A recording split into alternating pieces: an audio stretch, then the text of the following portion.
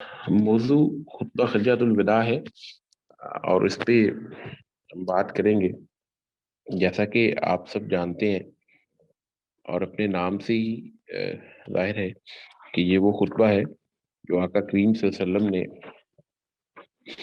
ایک آخری خطبہ دیا تھا اس حج کے موقع پر، جس کے بعد آپ دوبارہ حج کے لیے کبھی تشریف لے کے نہیں گئے۔ تو اس جو خطبہ ہے اس کی ابتدا جو ہے وہ جن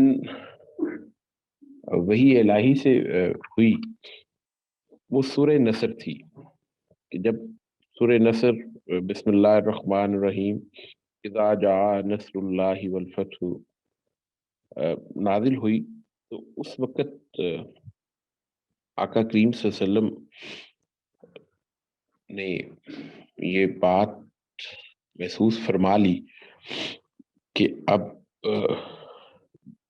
واپسی کا وقت آ گیا ہے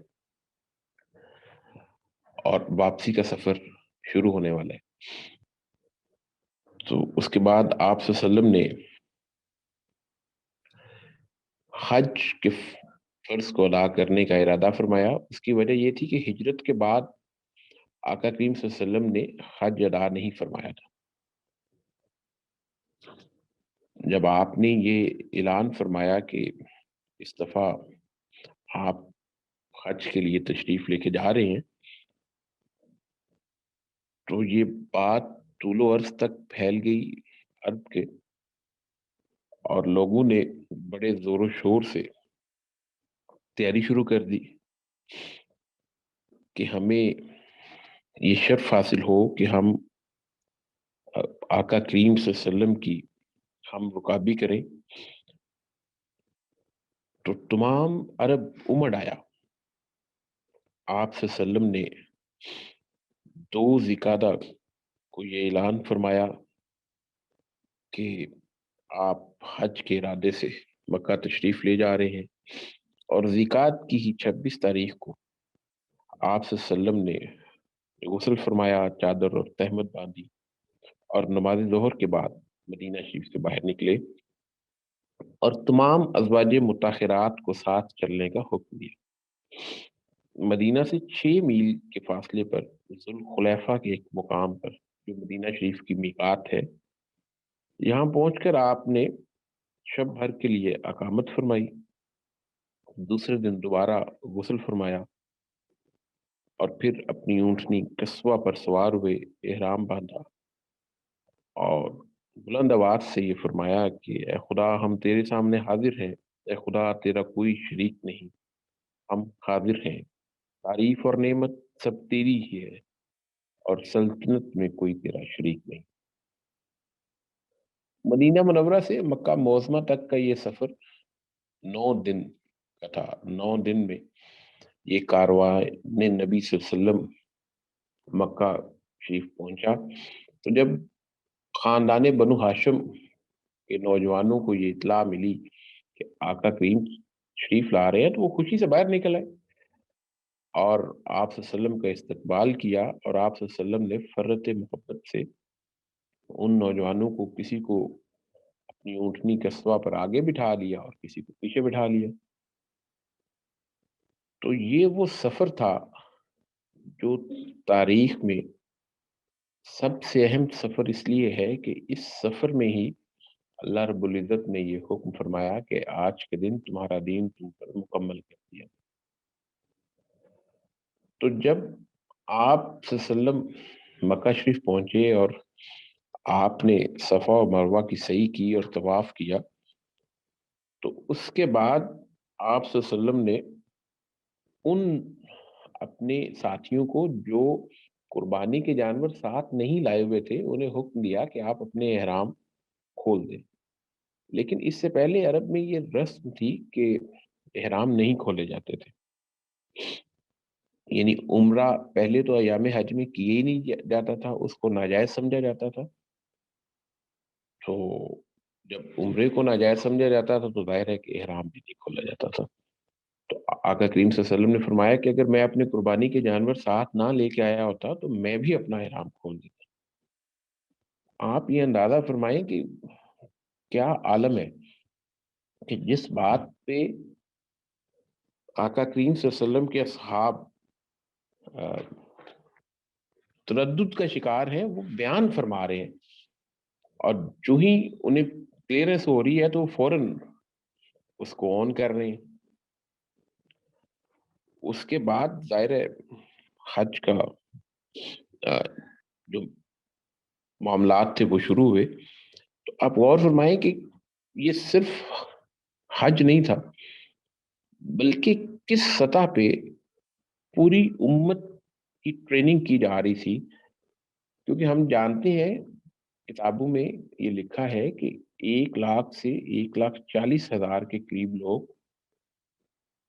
اس سفر میں انہیں آپ صلی اللہ علیہ وسلم کی ہم رکابے کا شرف حاصل ہوا، جو ظاہر عرب اور گرد و نواح سے تشریف لائے تھے۔ آپ یہ دیکھیں کہ اگر 1 لاکھ افراد بھی ہوں تو یہ کتنا بڑا مجمع عام ہے جس کی ٹریننگ کی جا رہی ہے، اور اس ٹریننگ میں سب سے پہلی چوٹ لگائی گئی وہ انسان کے خواہش، نفس اور اس کی ذات پہ مختلف طریقوں سے تھی، کہ جو ذات کا ایک غرور ہوتا ہے کہ ہم بڑے اعلیٰ ہیں۔ قریش کے ہاں بھی یہ پایا جاتا تھا کہ وہ جب حج بھی کرتے تھے نا تو وہ عرفات کے بجائے مزدلفہ میں قیام کرتے تھے، کیونکہ وہ حدود حرم میں تھا۔ تو وہ سمجھتے تھے کہ قریش کی یہ شان یکتائی ہے کہ باقی لوگ تو مزدلفہ میں قیام کریں لیکن قریش جو ہے وہ حدود حرم میں قیام کریں۔ تو اسلام چونکہ مساوات عام کا درس دیتا ہے اور اس نے وہی قائم کرنی تھی، اس لیے اللہ رب العزت نے حکم فرمایا کہ آپ صلی اللہ علیہ وسلم بھی عام مسلمانوں کے ساتھ عرفات میں تشریف لے جائیں۔ جب آپ عرفات میں تشریف لے گئے اور آپ نے عرفات میں قیام فرمایا تو یہ وہ پہلا دن تھا، یعنی آقا کریم صلی اللہ علیہ وسلم کی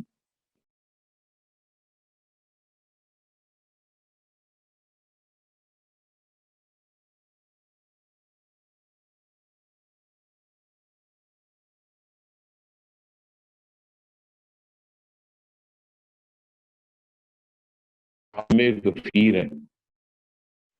تو اس وقت کیا عالم ہوگا، وہ کیا شان ہوگی، اور اسلام کس طرح اپنے جہ و جلال کے ساتھ نمودار ہوا ہوگا، اور آقا کریم صلی اللہ علیہ وسلم کی مسرت کا کیا عالم ہوگا۔ اس لیے یہ کہا جاتا ہے کہ آج جو پہلا دن تھا جس دن اسلام اپنے جہ و جلال کے ساتھ نمودار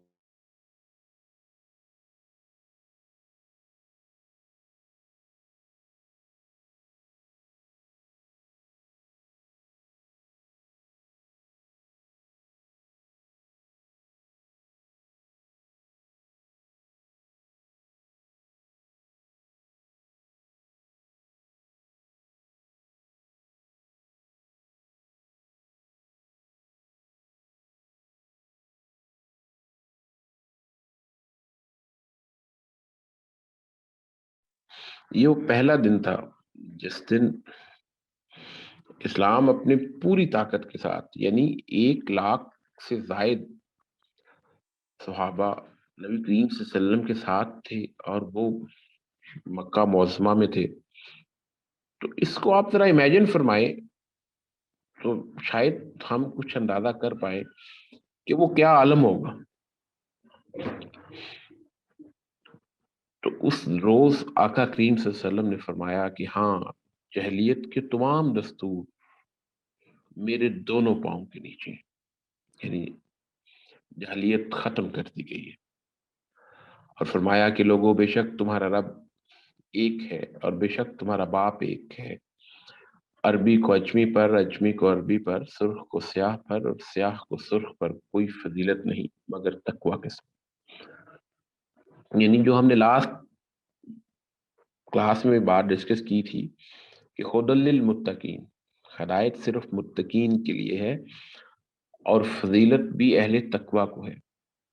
مسلمان دوسرے مسلمان کا بھائی ہے، اور اگلے الفاظ بڑے قابل غور ہیں کہ تمہارے غلام تمہارے غلام، یعنی جو تمہارے غلام ہیں وہ تمہارے ہی غلام ہیں، اس پہ کسی دوسرے کا حق نہیں، مگر یاد رکھو جو خود کھاؤ وہی ان کو کھلاؤ، جو خود پہنو وہی ان کو بھی پہناؤ۔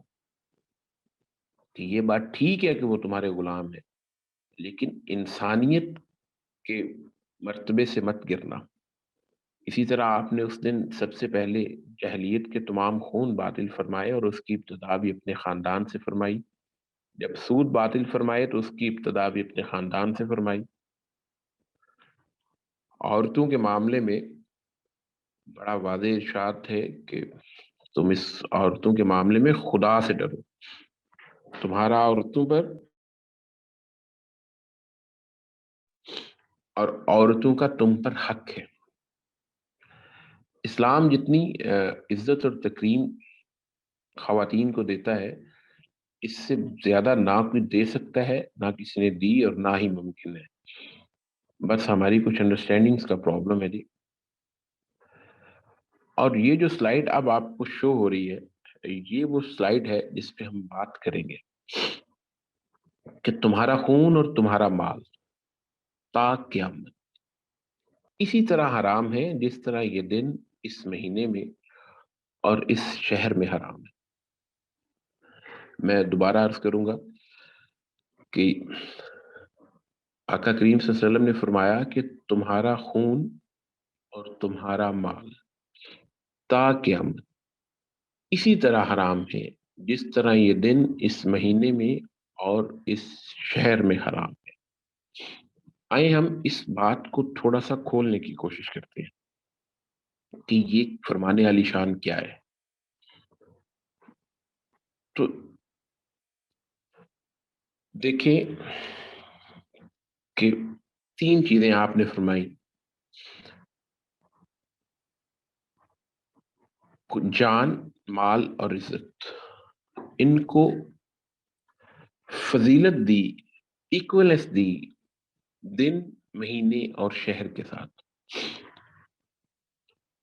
انسانی جان کو، انسان کے مال کو اور اس کی عزت کو آقا کریم صلی اللہ علیہ وسلم نے ایکولنس کس چیز کے ساتھ دی؟ اس دن کے ساتھ جان کو۔ دن کون سا تھا؟ یوم عرفہ کا دن تھا۔ مال کو مہینے کے ساتھ، مہینہ کون سا تھا؟ ذی الحج کا مہینہ تھا۔ اور عزت کو اس شہر کے ساتھ، شہر کون سا تھا؟ مکہ معظمہ تھا۔ تو آپ یہ غور فرمائیں کہ آقا کریم صلی اللہ علیہ وسلم کن چیزوں کو، کن چیزوں کے ساتھ ریزمبل فرما رہے ہیں، اور کیا پیغام ہے ہمارے لیے کہ کسی شخص کے لیے یہ مناسب نہیں کہ وہ قیامت تک کسی دوسرے شخص کے جان، مال یا عزت پہ ہاتھ ڈالے، اور یہ ساری چیزیں ہر دوسرے شخص کے لیے حرام ہے۔ تو یہ جان، مال اور عزت ہمارے ہاں ایک عمومی طور پہ جب گفتگو کی جاتی ہے تو جرم کی آخری سطح کو جرم سمجھا جاتا ہے، حالانکہ ایسا نہیں ہے۔ وہ جو آخری سطح ہوتی ہے نا، وہ جرم کا آخری سطح ہوتی ہے، اس سے زیادہ بڑھ کے جرم کا ہونا ممکن نہیں ہوتا۔ جرم اپنی ابتدائی شکل میں بھی جرم ہی ہوتا ہے۔ ہمارے ہاں انفارچونیٹلی وہ ابتدائی شکل میں جرم کے ساتھ ہم اسے تعبیر نہیں کرتے، لیکن اگر ہم شعور کے ساتھ اس ابتدائی شکل کو جرم کے ساتھ تعبیر کر لیں تو ہمارا سب سے بڑا مسئلہ یہ حل ہو جائے کہ ہم آخری سطح پہ جانے سے بچ جائیں اور خدا کے ہاں بخشش کے ذمہ دار قرار پائیں۔ چونکہ ہمارے ہاں آخری سطح کے جرم کو جرم سمجھا جاتا ہے، اس لیے ابتدائی سطح پہ جو چیزیں ہو رہی ہوتی ہیں ان پہ صرف نظر کیا جاتا ہے۔ یہ آپ کے سامنے ایک سلائیڈ شیئر ہو رہی ہوگی جی، کہ جس جان کی عزت کی حفاظت کا نبی کریم صلی اللہ علیہ وسلم نے تمام انسانوں کو اور مسلمانوں کو پابند فرمایا، آپ یہ غور فرمائیں کہ یہ گفتگو کہاں ہو رہی ہے؟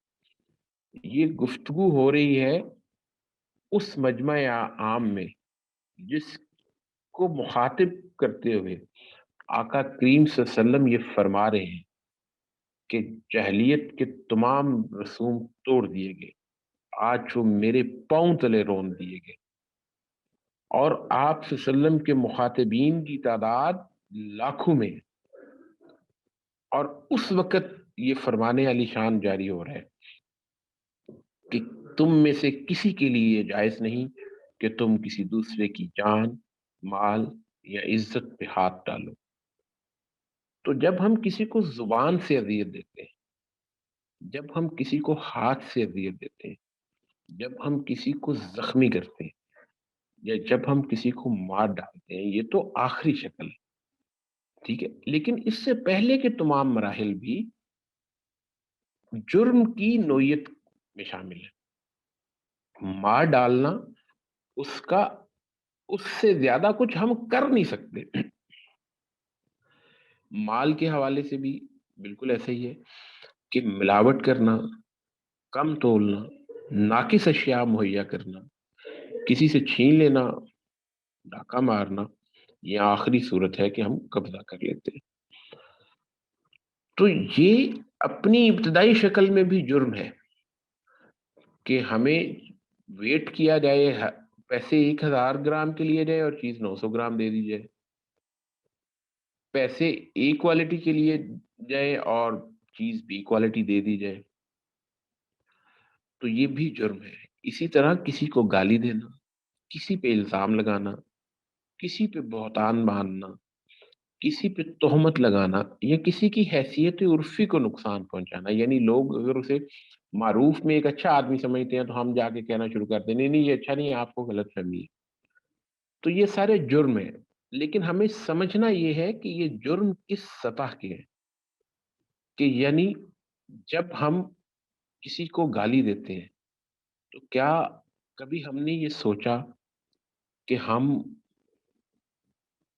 شہر مکہ کو گالی دے رہے ہیں؟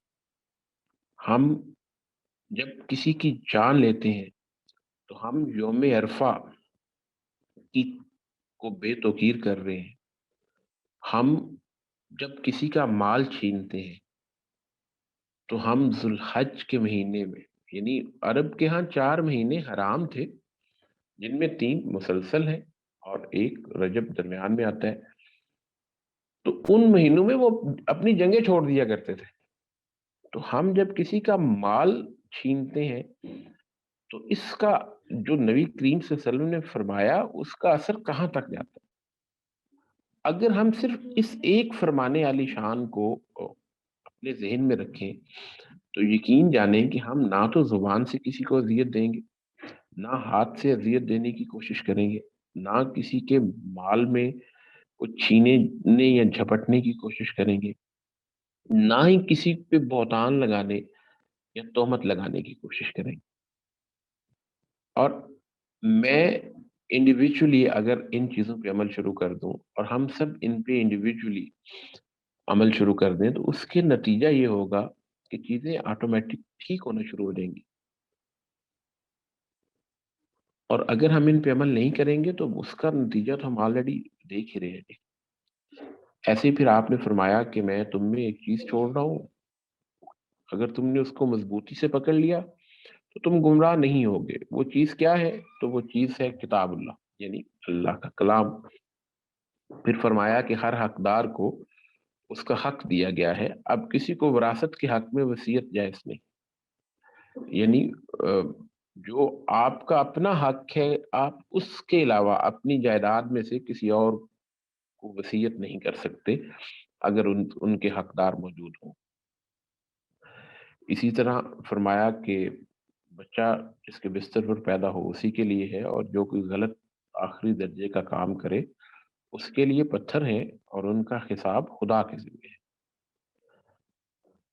پھر فرمایا کہ جو لڑکا اپنے باپ کے علاوہ کسی اور کے نسب سے ہونے کا دعویٰ کرے کہ جی میں اس کا نہیں اس کا بیٹا ہوں، اور جو غلام اپنے مولا کے سوا کسی اور طرف اپنی نسبت کرے اس پر خدا کی لعنت ہے، یعنی اسٹرکٹلی اس چیز کو روکا گیا کہ تم نے اپنی پہچان نہیں کھونی۔ معاشرے میں ایسا نہ ہو کہ لوگ اپنی پہچان بدلنا شروع کر دیں۔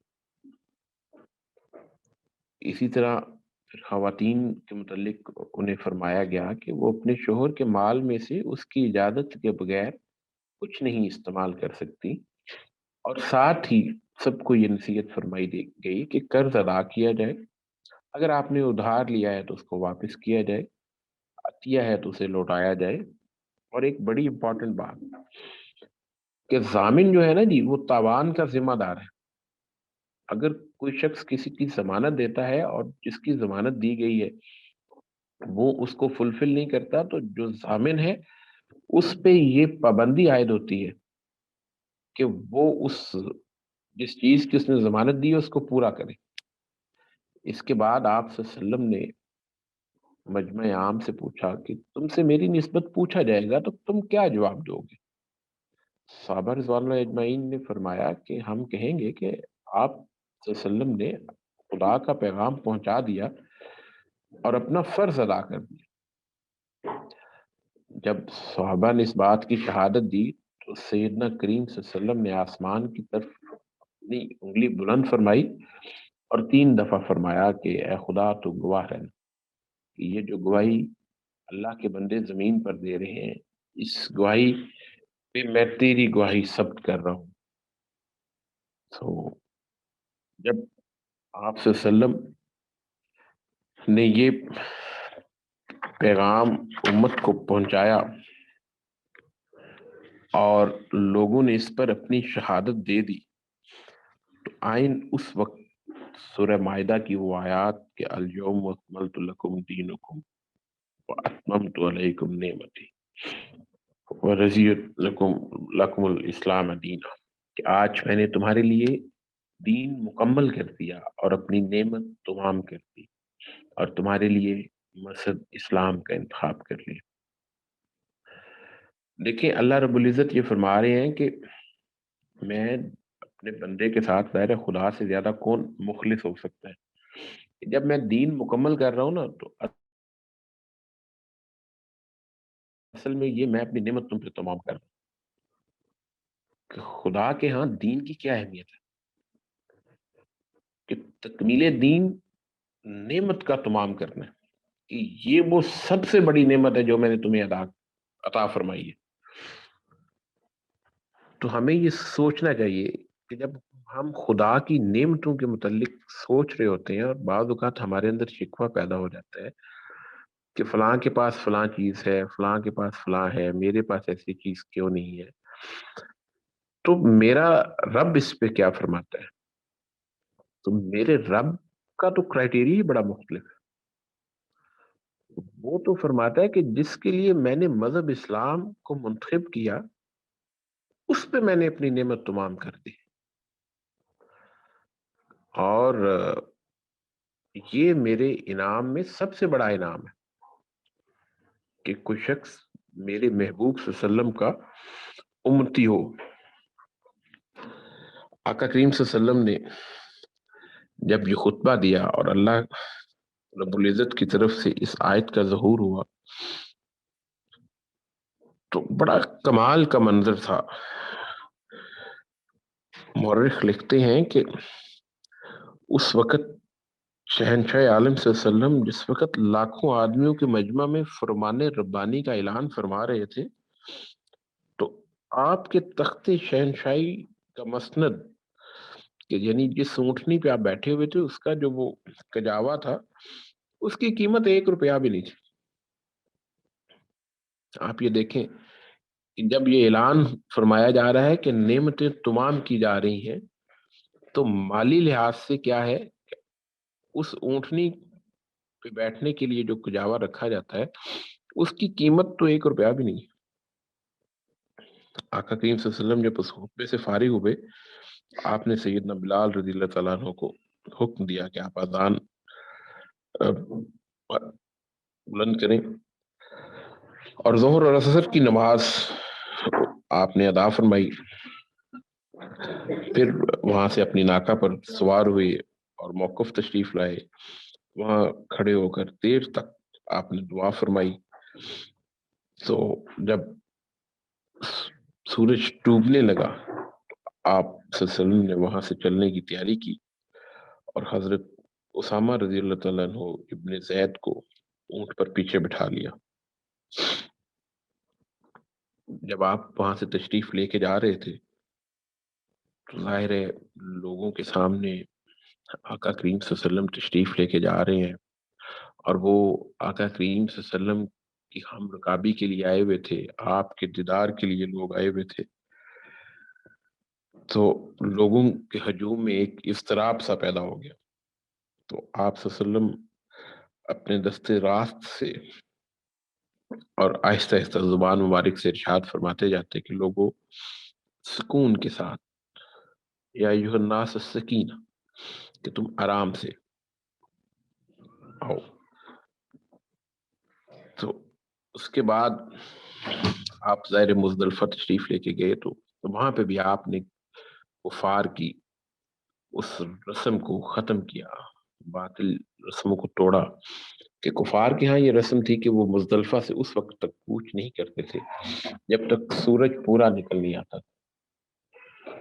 آپ صلی اللہ علیہ وسلم نے اس رسم کو ختم کیا اور سورج نکلنے سے پہلے یہاں سے کوچ فرمایا 10 ذی الحج کو۔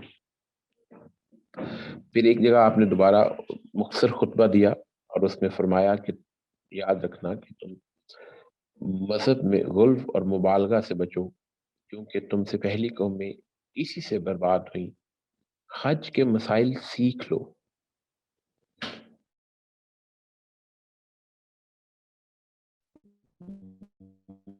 میں نہیں جائے، مجھے دوسرے حج کمپلیٹ پیغام دے رہے ہیں۔ آپ اس کو شروع سے دیکھیں، جب اذا جاء نصر اللہ نازل ہوئی تو چیزیں تو وہیں کلیئر ہو گئی، لیکن ان کا زبان مبارک سے اظہار نہیں فرما رہے، لیکن سمجھا رہے ہیں کہ آپ مسائل سیکھیں، ساتھ ساتھ انٹیمیٹ فرما رہے ہیں میں نہیں جانتا، شاید کہ اس کے بعد مجھے دوسرے حج کی نوبت آئے۔ اور پھر فرمایا کہ جب ابتدا میں خدا نے آسمان اور زمین کو پیدا کیا، زمانہ پھر پھرا کر آج پھر اسی نقطہ پر آ گیا۔ اس سے مراد یہ ہے کہ باطل مٹ گیا اور حق غالب آ گیا۔ آج پھر حق غالب آیا ہے اور انسان اپنے رب کی طرف، رجوع اللہ کی طرف بڑھ گیا ہے۔ پھر فرمایا کہ سال کے 12 مہینے ہیں، جن میں 4 مہینے قابل احترام ہیں، 3 متواتر مہینے میں یعنی ذی-القعدہ، ذی الحج اور محرم، جبکہ چوتھا رجب المرجب شریف کا جو مہینہ ہے وہ جمادی الثانی اور شعبان کے درمیان میں ہے۔ پھر خطبہ فرمایا اور فرمایا کہ یاد رکھنا کہ تم کو خدا کے سامنے حاضر ہونا پڑے گا، اور وہ تم سے تمہارے اعمال کی باز پرس کرے گا۔ میرے بعد گمراہ نہ ہو جانا کہ خود ایک دوسرے کی گردن مارنے لگو۔ آپ اس فرمانے علی شان کو اس حکم کے ساتھ جوڑ کے دیکھیں تو شاید ہمیں بات زیادہ سمجھ آئے کہ کسی کی جان، مال اور عزت کتنے محترم ہے، اور اس میں کوئی تخصیص نہیں فرمائی۔ فرمایا کہ تمام لوگوں کی جان، مال اور عزت قیامت تک کے لیے۔ آقا کریم صلی اللہ علیہ وسلم نے جو چیزیں ایک دفعہ سے زیادہ دفعہ بیان فرمائی، ان میں یہ حکم بھی ہے کہ کسی کی جان، مال اور عزت قیامت تک کے لیے ویسے ہی محترم ہے جیسے یہ دن، مہینہ اور یہ شہر۔ اور پھر فرما دیا کہ مجرم اپنے جرم کا ذمہ دار ہے، باپ کے جرم کا ذمہ دار بیٹا نہیں، اور بیٹے کے جرم کا جواب دے باپ نہیں۔ شیطان اس بات سے مایوس ہو چکا کہ اب تمہارے اس شہر میں اس کی پرستش قیامت تک نہ کی جائے گی، لیکن چھوٹی چھوٹی باتوں میں اس کی پیروی کرو گے اور وہ اس پر خوش ہوگا۔ ہم عموماً آدھی بات پڑھتے ہیں، ہم اس بات پہ تو بہت خوش ہوتے ہیں کہ آقا کریم صلی اللہ علیہ وسلم نے فرمایا کہ اب اس شہر میں شیطان کی پرستش قیامت تک نہیں کی جائے گی، لیکن اسی فرمان علی شان کی اگلی لائن ہے کہ چھوٹی چھوٹی باتوں میں تم اس کی پیروی کرتے رہو گے اور وہ اس پر خوش ہوگا. یعنی یہ انسانی فطرت کا بیان ہے کہ ایسا ہوتا رہے گا اور ظاہر ہے وہ اس پہ خوش ہوگا. اور آپ دیکھیں کہ پوری دنیا کو چارٹر دیا جا رہا ہے، اس سے بہترین چارٹر کوئی ہو ہی نہیں سکتا اور نہ ہے.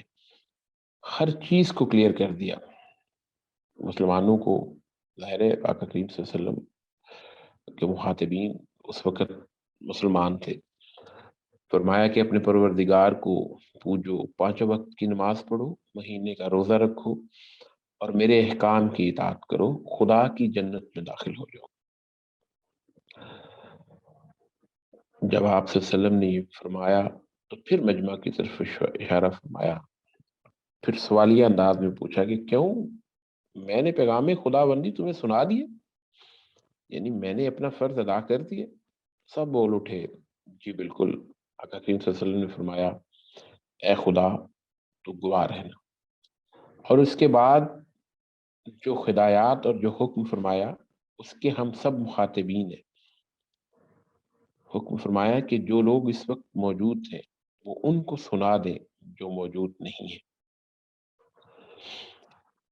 یعنی اسلام کا پیغام پہنچانا ہماری ذمہ داری میں ہے کہ ہم ہر شخص تک یہ پیغام پہنچائیں. اور یہ آقا کریم صلی اللہ علیہ وسلم نے اپنی امت کے ذمے لگا دیے. اور یہ دیکھیں کہ تمام لوگوں کے ذمے لگا ہے. ایسا نہیں ہوا کہ فرمایا کہ تمہارے امیر پہنچا دیں، تمہارے حکمران پہنچا دیں، تمہارے علماء پہنچا دیں، بلکہ یونانی میں آرڈر دیا کہ جو موجود ہیں وہ ان کو پہنچا دیں جو موجود نہیں ہے. تو یہ پیغام قیامت تک پہنچانا امت کی ذمہ داری ہے. اسی لیے اس امت کو امت وسطیٰ بھی کہا جاتا ہے، کہ درمیان والی امت ہے.